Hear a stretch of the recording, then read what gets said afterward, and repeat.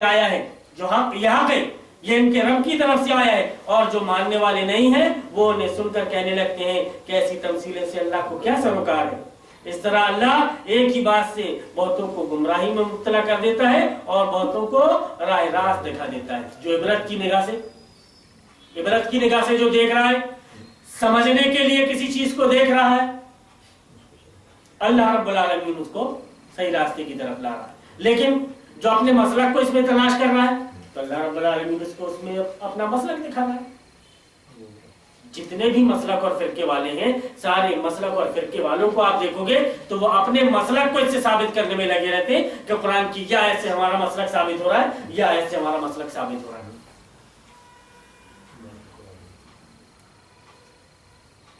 تو گمراہی میں مبتلا کر دیتا ہے اور بہتوں کو راہ راست دکھا دیتا ہے، اور گمراہی میں انہی کو مبتلا کرتا ہے جو فاسق ہیں،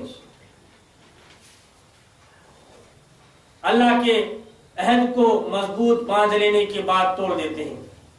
اللہ کے عہد کو مضبوط باندھ لینے کے بعد توڑ دیتے ہیں۔ اللہ نے جسے جوڑنے کا حکم دیا ہے اسے کاٹتے ہیں اور زمین میں فساد برپا کرتے ہیں۔ حقیقت میں یہی لوگ نقصان اٹھانے والے ہیں۔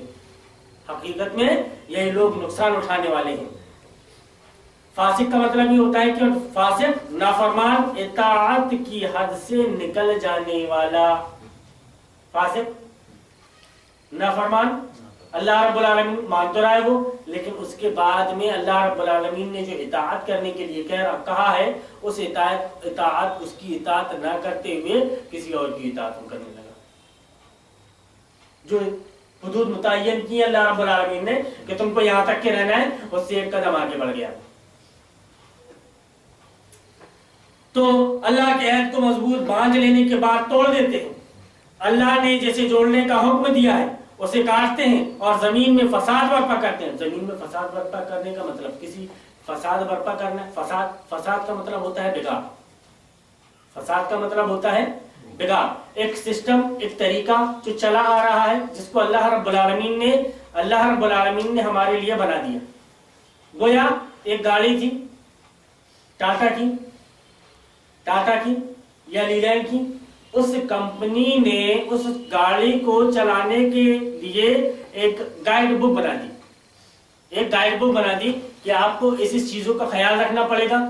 اتنے کلومیٹر چلنے کے بعد میں آپ کو آئل چینج کرنا ہے، اتنے کلومیٹر کے بعد میں آپ کو یہ کرنا ہے، اس کا مائلیج یہ ہے، ریزرو اس میں اتنے میں لگے گا، سارے سسٹم پورے اس نے ایک کے بعد دیگر کر کے ایک موٹی کتاب آپ کے ہاتھ میں دے دی۔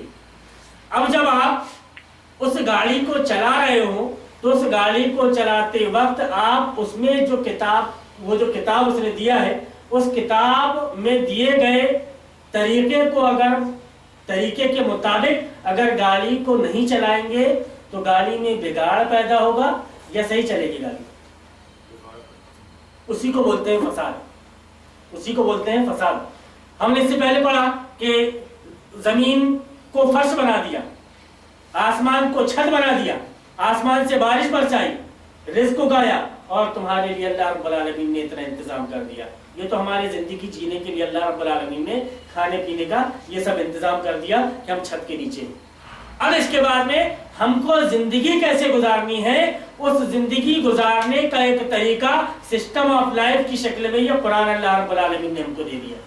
اب اگر ہم اس سسٹم کے علاوہ کوئی دوسرے سسٹم میں کو لے کر کے چلے تو فساد ہوگا کہ اصلاح ہوگی؟ بگاڑ ہوگا کہ اصلاح ہوگی؟ بگاڑ ہوگا نا۔ تو انسان نے اپنے لیے قانون خود بنا لیا اللہ کے قانون کو چھوڑ کر کے، یہ فساد ہوا۔ لیکن اب کیا پڑ گیا؟ خرد کا نام جنو اور جنو کا نام خرد۔ یہ جو فساد پیدا کرنے والے ہیں یہ خود یہ بولتے ہیں کہ یہ آتنکوادی جو قرآن کے سسٹم کو لانا چاہتے ہیں۔ اب لوگوں نے یہ کر لیا کہ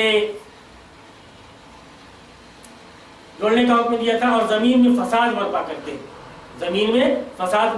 کرتے ہیں، حقیقت میں یہی لوگ نقصان اٹھانے والے ہیں۔ ہم دیکھ رہے ہیں، ہماری آنکھیں دیکھ رہی ہیں کہ جنہوں نے اس سسٹم کا انکار کر دیا، اس کے مطابق نہیں چل رہے ہیں، وہ نقصان اٹھا رہے ہیں، خسارے میں ہیں، گھاٹے میں ہیں، نقصان میں ہیں۔ اور وہ اپنے نقصان سے ابھر نہیں سکتے جب تک کہ اس کو لے کر کے نہ چلیں۔ اللہ رب العالمین نے اس سسٹم میں لوگوں کے لیے اطمینان اور سکون رکھا ہے، اس سسٹم میں لوگوں کے لیے اطمینان اور سکون ہے۔ آدمی پریشان نہیں ہوگا، کاروبار میں پریشان نہیں ہوگا۔ ایک غریب کو جتنا آگے بڑھنے کا موقع ملے گا، ایک امیر کو بھی اتنا ہی موقع ملے گا۔ یہ تو نظام جمہوریت میں یہ سسٹم ہے کہ جو جتنا موٹا ہے وہ اتنا موٹا ہوتا چلا جائے، اور جتنا دبلا ہے وہ اتنا پچکتا چلا جائے، بیچارہ سوکھ کر ہڈی ہو جائے، قبر میں جا کر کے دفن۔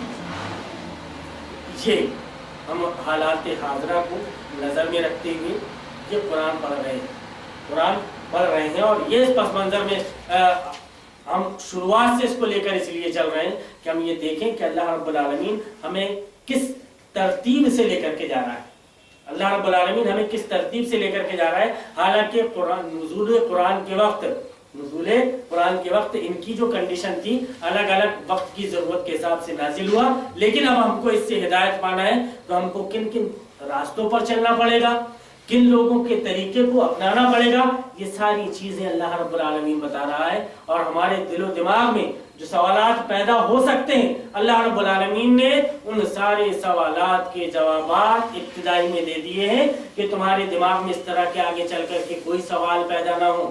سورہ عنکبوت مکڑی کے نام سے ایک، سورہ نمل چیٹی کے نام سے ایک، سورۃ قلم، یہ سب چیزوں کا بعد میں ذکر آئے گا، تو تمہارے دماغ میں اس طرح کے خیالات پیدا نہیں ہونے چاہیے، بلکہ تمہارے دماغ میں یہ آنا چاہیے کہ اللہ رب العالمین نے ان چیزوں کو بنایا، ان چیزوں کو بنایا، ہم کو بنایا، ساری چیزوں کو بنایا۔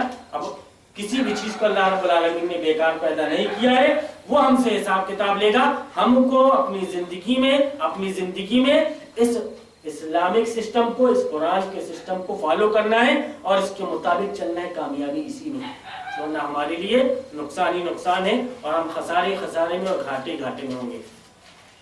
یہ کچھ آیتیں تھیں، باقی آگے کی جو آیتیں ہیں انشاءاللہ ہم اس کو اگلے ہفتے دیکھیں گے۔ بارک اللہ لنا و لکم فی القرآن العظیم و نفعنا و ایاکم بالآیات و ذکر الحکیم، انہ تعالی جواد کریم و لکم رؤوف رحیم و رب الحلیم۔